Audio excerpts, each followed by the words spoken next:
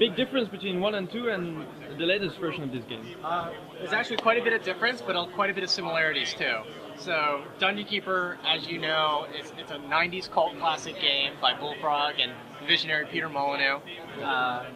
We've had this opportunity at Mythic to build a completely new mobile game, and we were like, okay, well, what EA IP exists? So we decided to go through kind of EA's catalog, and we came across Dungeon Keeper, and it was just like, wow, this game is long overdue to come back. It's funny, it's quirky characters, and being a god game and kind of coming onto a tablet, like a touch device or a phone, it just makes perfect sense. The mechanics just feel good and intuitive. So we decided it was time to bring back Dungeon Keeper. So we're looking at this winter as a release. It's going to come out on 14 different languages. It's going to be on the App Store and the Google Play Store at launch for day one. So whether you have an iPad, a Nexus 7 device, a Galaxy device, or an iPod Touch, you'll be able to play this game. It's going to be a freemium game, so it's absolutely no excuse not to download the game. And where we're actually monetizing the game is just really around time. So there is no pay to win in this game. You can access all the content. It's just a matter if you want to rush your way to that content or you'll just gradually get there. It's still a twist on kind of the classic real-time strategy from the past, but we're mixing it in when fusing with like tower defense mechanics. It's online, it's completely multiplayer. You're not just the only keeper, there's multiple keepers. So you're raiding each other's dungeon, trying to gather resources, so then you can amass even a bigger dungeon too. Let me go ahead and fire this up.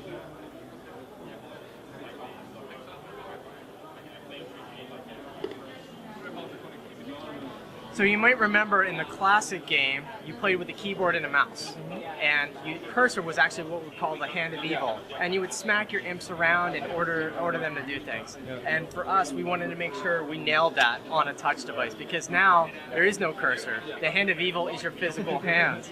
So right off the bat, we have the imp we introduce the player with. And to get things started, you actually need to smack the imp.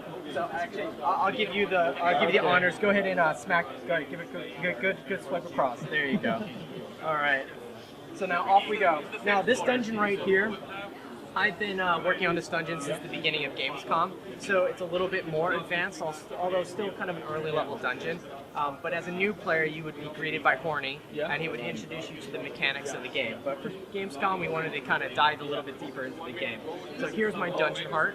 My dungeon heart is the most crucial room that I have in my dungeon. I want to protect it at all costs. But it's also my primary target when I attack and raid other people's dungeons, because I want to take it out, because it guarantees me a victory. Other rooms that people might remember from the classic is the library. Once I build a library, I actually am able to summon warlocks, and they come through my portal, and here's my warlocks right here. I also can research new spells from the library. As my library levels up, I can get new spells, and we're going to show Cluck Off, which some fans out there might remember, and then Dragon Breath, when we do a raid here in a little bit. We have a hatchery, we have your treasury for storing your gold. Once that maxes out, you got to build more treasuries. Of course, the workshop for building traps.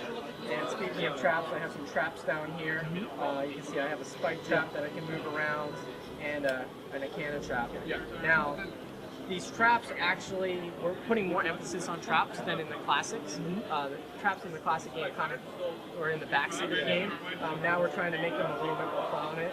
And then specifically even rooms themselves, they even almost act as traps. So the rooms will defend themselves, minions will even deploy from the rooms.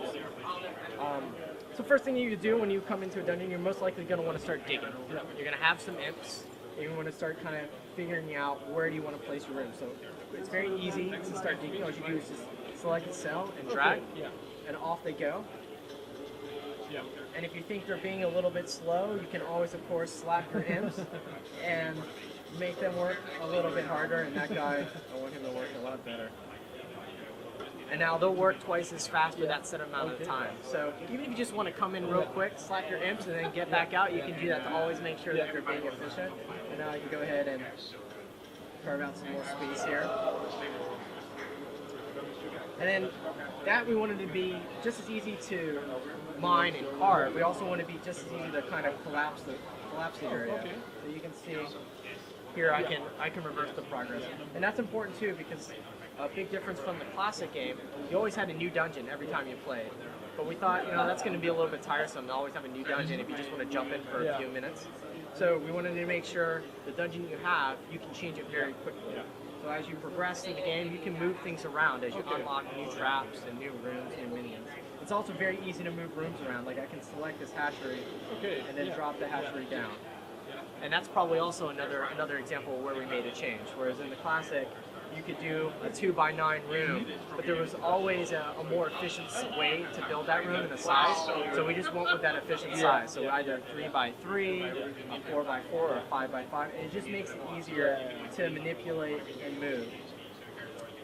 Then across the board, all of the rooms, the traps, the minions, they all level up. And as they level up, they visually change, as well as whatever their utility or their function is, it gets more and more powerful. So it unlocks kind of even more layers and depth to combat as players go through.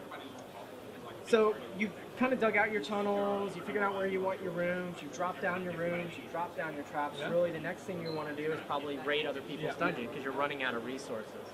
So we have a raid option here. And we basically present the players with a couple different options. First and foremost, you can find other keepers. And basically what we do is we kind of matchmake you with the appropriate power and level of the keeper. So it's like a fair fight. So you're not going to have new players fighting with older players and vice versa. So it's always going to be kind of a fun encounter. Then we have our single player campaign. And basically the way that works, you play it through, it's against the AI itself of the game. And as you get deeper into the campaign, it gets more and more challenging, but yet more and more rewarding.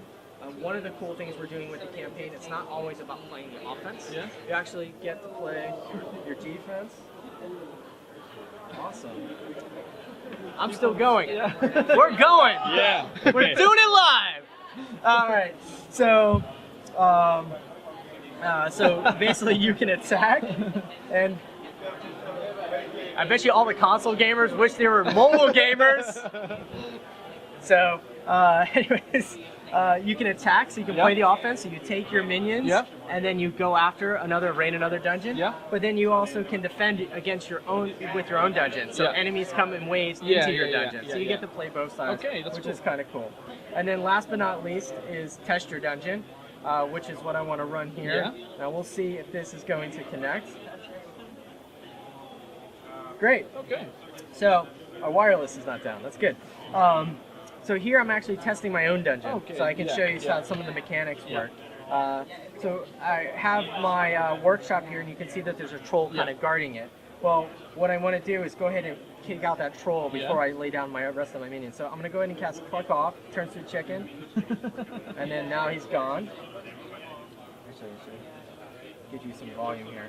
Now that he's out, basically I have a clear shot here at the workshop. So I'm going to go ahead and throw down some of my trolls.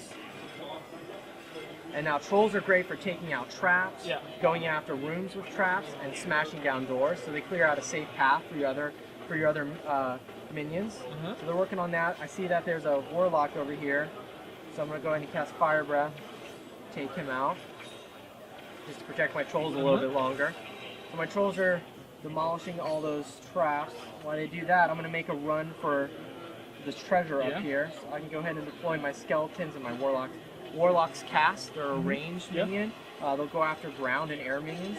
And then my skeletons are kind of like my cannon fodder guys. They'll attack whatever they see in line of sight. They do moderate damage. Now, as soon as I get a 50% damage dealt to the dungeon, I've actually won, and I can hit end raid and consider it a victory. But you want to probably go for 100% to get maximum reward.